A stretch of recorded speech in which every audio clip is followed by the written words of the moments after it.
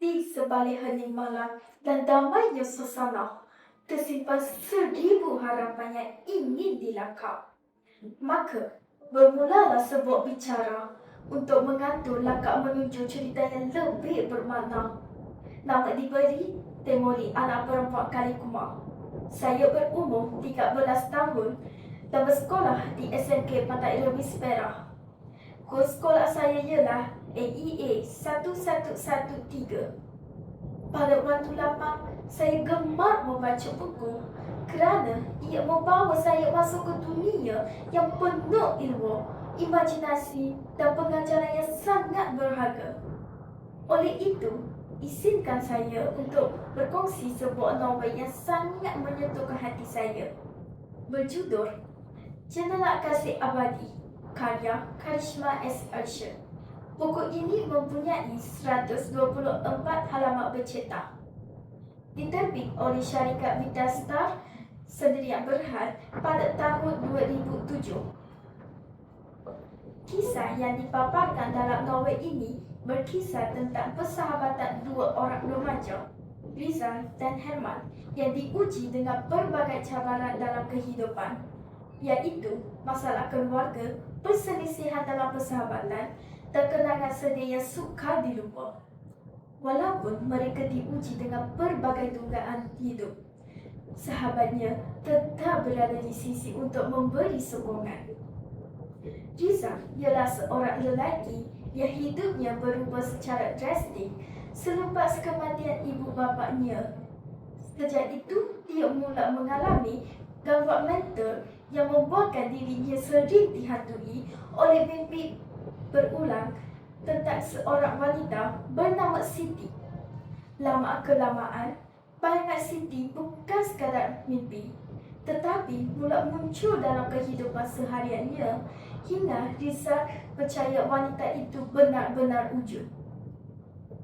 Perubahan Rizal semakin ketara apabila dia mula bertindak di luar kewajaran dan obses untuk mencari Siti yang sebenarnya hanyalah halusinasi.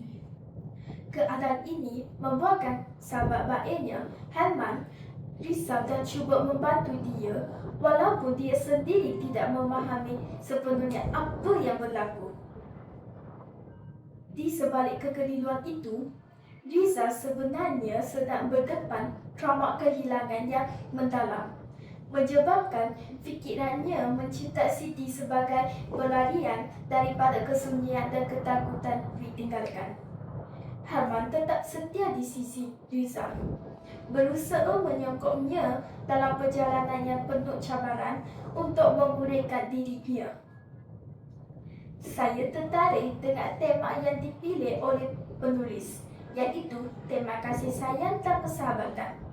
Nilai kasih sayang itu jelas dipaparkan melalui seorang sahabat yang sentiasa mengambil berat dan tidak membiarkan kawannya keseorangan ketika menghadapi kesusahan.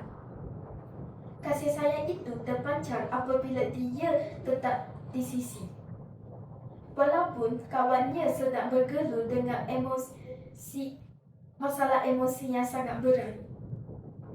Selain itu, nilai persahabatan itu ditonjolkan melalui hubungan yang erat dan setia antara mereka. Persahabatan yang sebenarnya tidak akan membiarkan kawannya semasa menghadapi kesusahan. Sebaliknya, memberi sokongan untuk menghadapi masalah tersebut. Apa yang paling tertarik perhatian saya ialah cara penulis mengolah dan menggambarkan emosi setiap watak dalam novel ini dengan begitu berkesan. Semasa membaca, saya dapat merasai kesedihan sendiri dan tekanan yang dialami oleh dua orang sahabat tersebut, seolah-olahnya saya berada dalam situasi mereka. Malahan, bahasa yang digunakan juga sangat mudah fahami. Sesuai untuk dibaca oleh golongan remaja, pada hemat saya, buku ini sesuai dibaca oleh pelajar sekolah menengah kerana syarat pengajaran amat dekat dengan golongan remaja. Sebelum saya mengakhiri bicara pada hari ini, Saya dengan penuh keyakinan mengesyorkan novel ini dibaca oleh semua pelajar kerana pengajaran dan nilai budi selalu diguna dalam kehidupan sehariannya. Sekian, terima kasih.